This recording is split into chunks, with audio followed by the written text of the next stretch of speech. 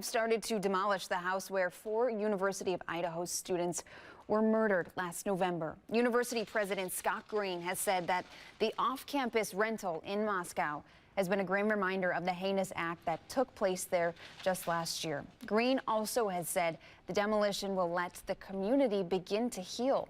Alleged killer Brian Koberger has denied any wrongdoing with not guilty pleas to first-degree murder charges entered on his behalf. Prosecutors in Idaho have proposed a summer 2024 start date in his murder trial. 2 of the victims' families asked prosecutors and university officials to pause the demolition for possible evidence, but the prosecutor said the current condition of the house is substantially different from when those murders took place.